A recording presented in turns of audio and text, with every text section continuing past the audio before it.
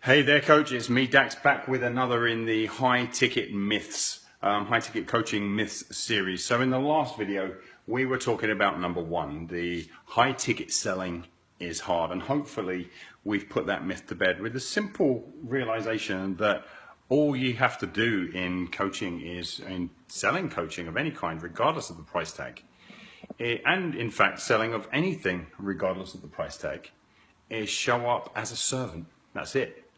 Right, don't put yourself into the space as a salesperson, simply put yourself into the space as a servant, and lo and behold, selling becomes easy. So the second one, high ticket selling is sleazy.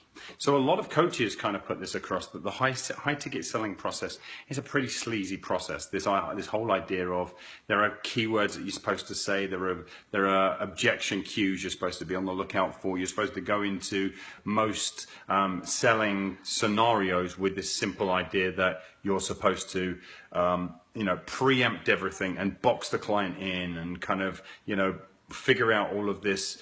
If the client says no, then what do you say? If they say I need more time, then what do you say? If they say, all of that kind of stuff. And look, let me put it simply. Learning what the objections of a client are going to be is not sleazy. It's just it's like anything. It's bringing prediction and response into the space. As a coach, your very career is about serving people who are already used to being in patterns where their actions are in opposition to their stated aim. They say they want to be on a diet. They don't say they want to be on the diet. They say they want to get into a great physique.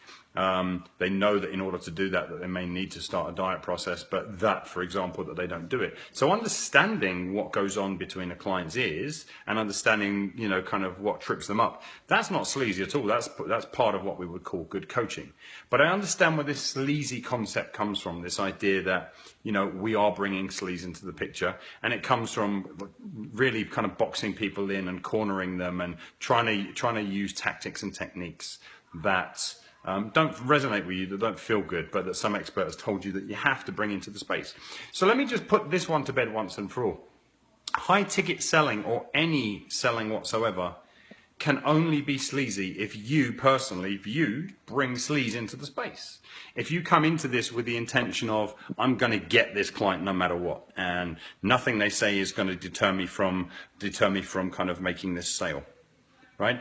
It's only you, the coach, that it's only you, the salesperson, if you will, that can bring sleaze into the selling space, because you sure as hell the client's not going to, right?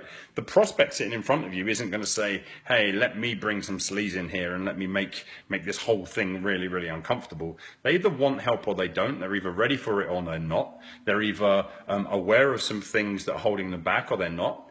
And that's all that really needs to happen within the selling space, if you will, when we actually reach the consulting part of, okay, what would you like to see happen next? Like the bit where we start to talk about our services and the bit where we start to talk about the monetary investment in themselves. That's all that needs to happen. There doesn't need to be any sleaze brought into the place. So that's that's a really big thing. If you feel that it's sleazy, you've got to start asking yourself, why am I bringing sleaze into the selling space, instead of just letting them, what I call, drive the Rolls Royce.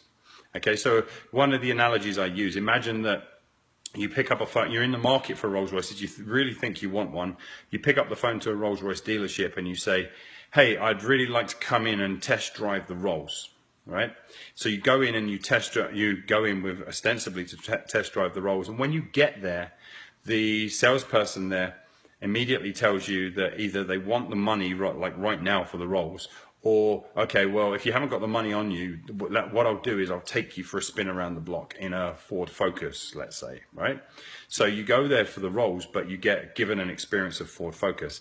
That is a disconnect, that's sleazy, and that undoes everything. So now think about it from this perspective. You put into the space that you're offering a strategy session, you're offering an exploration session, you're offering a discovery session, whatever it is that you call it, right?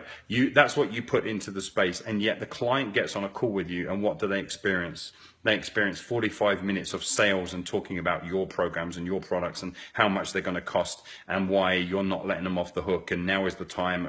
Can you see how you've promised a Rolls Royce, but you delivered a Ford Focus? That in itself is the essence of Sleaze.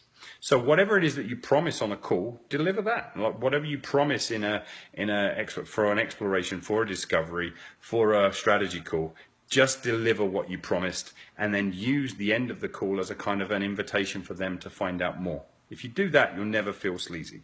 So if you're going to promise them the roles, give them a spin in the roles. In other words, if you're going to promise them discovery, exploration of a specific topic, then that's what the call is used for. And only at the end do you invite them in and say, hey, well, so how did you feel about that, and what would you like to see happen now? Okay?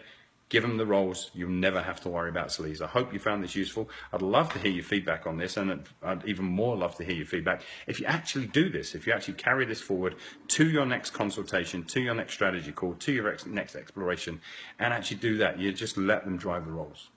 It's been me, Dax. Take care.